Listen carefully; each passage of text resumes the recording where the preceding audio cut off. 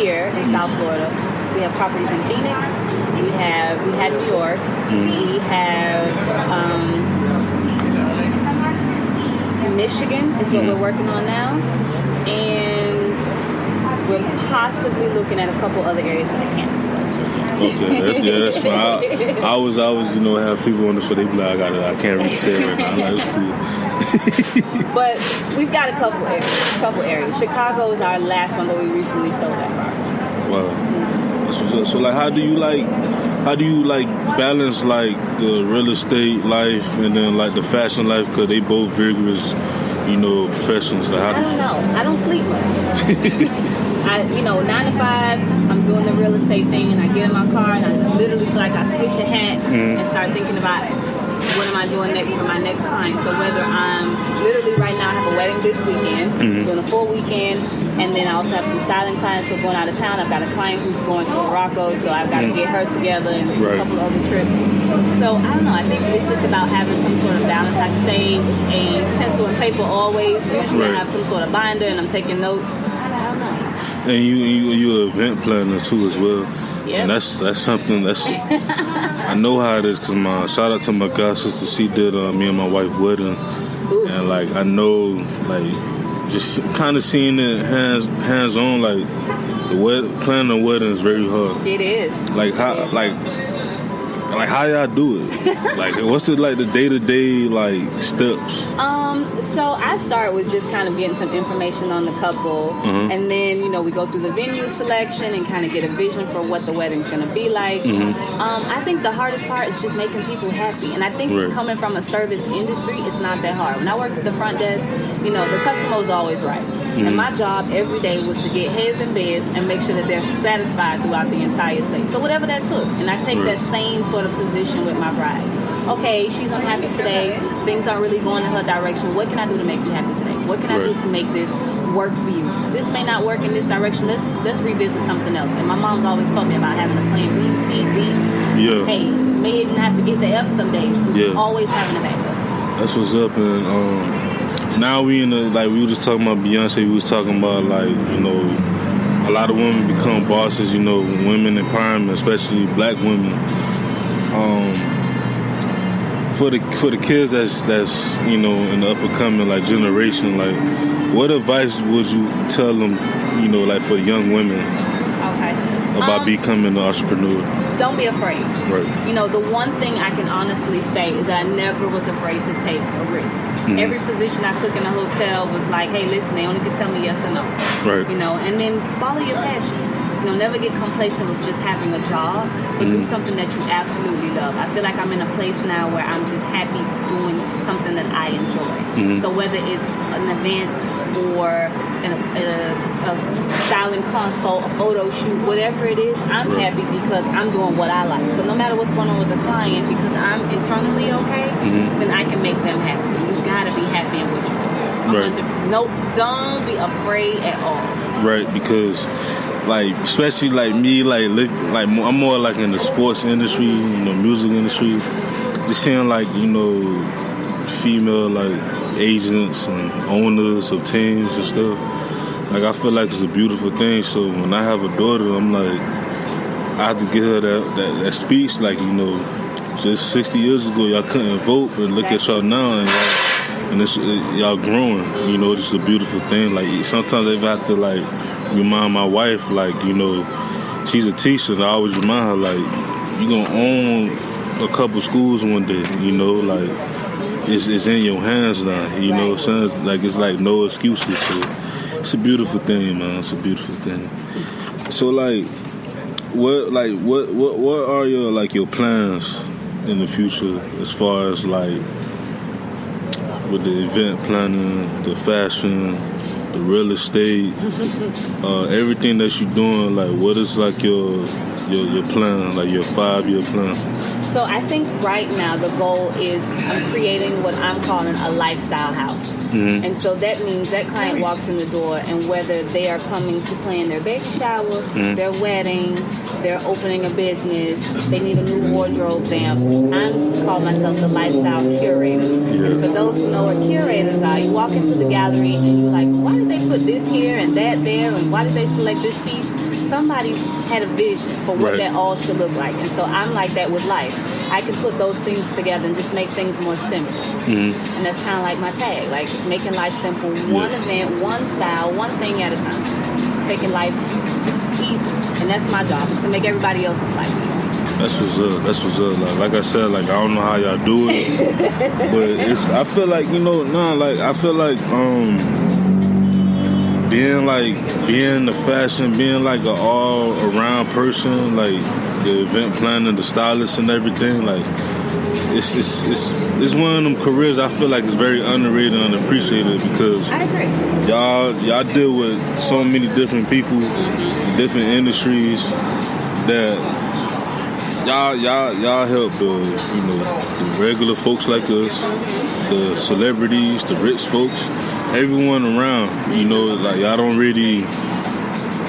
don't have a closed mind. No. When working on people and stuff. I think what taught me that is when I worked in the hotel, I took the position in housekeeping. I tell people this story all the time. Right. I was aspiring to be a GM, and I said, one day I'm going to own my own hotel, and you never know what happens. And in that, I would have a retail component, because I got to keep the fashion stuff. And when I worked in housekeeping, it is the most rewarding position I've ever had. I had a very small team, but that team worked so hard. I thought about these women who would come in, they have full lives at home. They come in at 9 o'clock, and all day they just taking care of other people. Right. All day. And they are the most humble and generous people, because they're giving their time, their energy, just to make sure that when someone comes back to their room, it's clean, they're comfortable. If someone needs anything, they're going to get it. And so I think that taught me a lot about when I decided to open my own business. What is it going to take for me? I had to gain a lot of humility and understand that I wanted to be just someone who serviced others, who took care of people. And I think that's probably the most important aspect of my career. Yeah, that's the most important thing. And I have a couple more questions for you. Name like your top 5 moments in your career so far. I know it's a lot. I don't know if you want to break it down in each career. Like I can. In the hotel industry, I think one of the top 5 was the last Super Bowl. I worked at a hotel, and we planned a number of events that weekend. And I was like, oh my God, how am I going to get through this? Y'all working this Super Bowl too? Well, because I'm not on that side of things, okay, I may just get contracted individually for some other stuff. Right now, I'm just worried about getting my hotel full of people. But in that particular time period of my life, we were doing events with Playboy. We had contracted Playboy to do all of their official events at the property. And I met so many different people, so many celebrities. And that was really, really cool. But I slept in a chair over the weekend. And I said, you know what? This is some real dedication, some real loyalty. I just wanted to make sure my people were good. And after that whole weekend, my client came up to me. She said, I don't think I've seen you go home. She's like, I get up in the morning and you're at breakfast, making sure everything is good. And then I come in late at night after having drinks and you still here. And she gifted me with 2 tickets to the Super Bowl. And I had to decline because I was so sleepy. I wish I would have knew you were around that time. I would have came. I gave them to one of my staff. He totally deserved it. He was right there with me the whole time. And I said, I had not seen my kids all weekend. And I said, I'd rather go home and watch the game with my kids, and I'm going to let you go and enjoy. And he was like, I was on the 50-yard line. He was like, they were the best tickets in the best seats in the house. So that was rewarding for me because we worked hard, and I was able to give somebody something, even though it was given to me, but it was important that they were happy. I think doing the lifestyle shoot for my cousin and seeing how beautiful the photos came out and how happy she was, and I built some really amazing relationships from that. I met a photographer who now is a good friend of mine, and we're working together, and she's always looking out. And I think networking is so important. It is. People are so afraid to make friends. My friends mess with me all the time because they say I'm so friendly. But how can I be in an industry of service and not be? When's your birthday?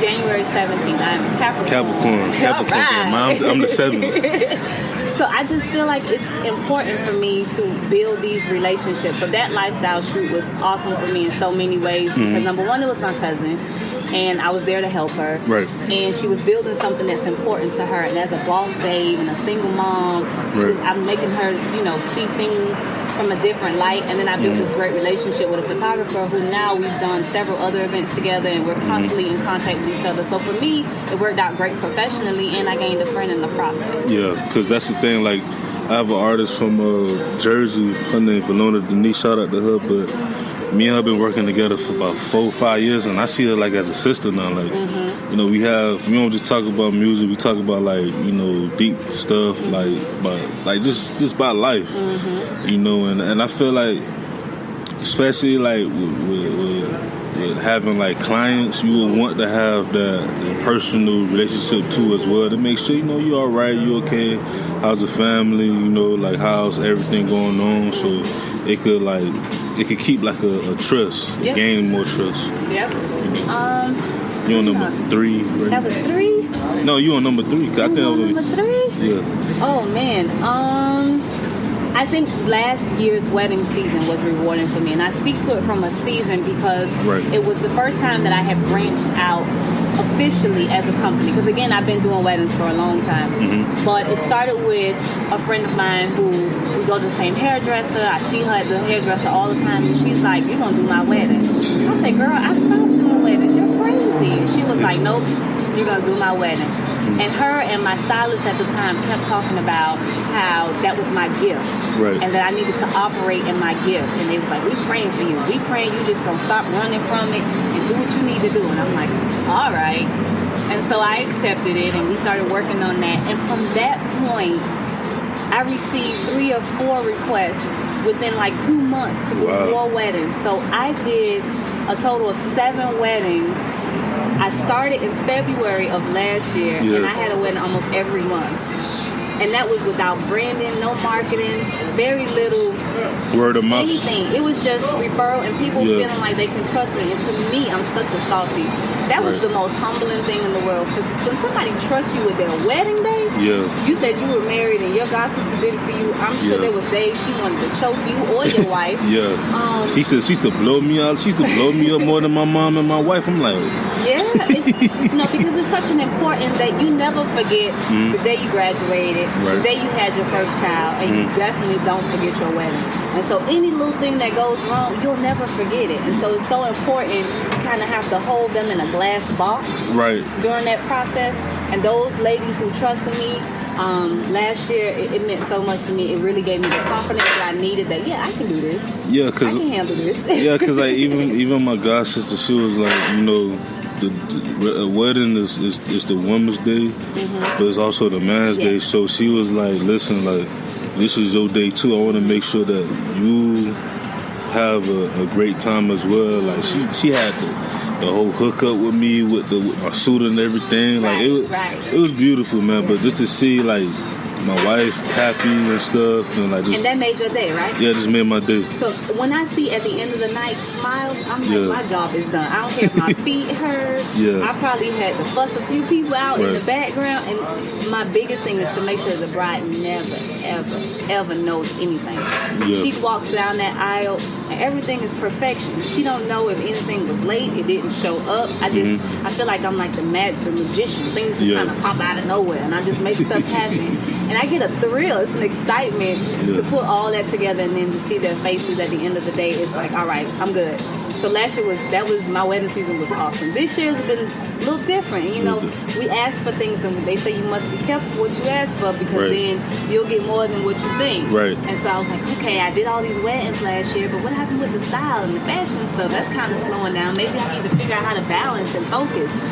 And then, things turn around, and boom, here I am doing a red carpet event, and I've got more styling clients. And one day I was sitting at my computer, and I'm like, I'm styling my clients, but I need to be able to have, sometimes as a small business, because it's just me, it's hard to reach out to a lot of these boutiques when you don't have a name. And I find that right now we live in a society in the world where if you don't have 20,000 followers, 2 million followers, people don't necessarily trust that you can do what you say you can do. I mean, I mean, not really, because, I mean, look at you, like, for example, like, all right, these billionaires only be having 10,000. I have more followers than them. They be probably have like 9,000. I mean, of course, like the company pays. Of course, if you want to have like a lot of followers and stuff. But like, it just goes at the end of the day, you got word of mouth. Right. With your referral.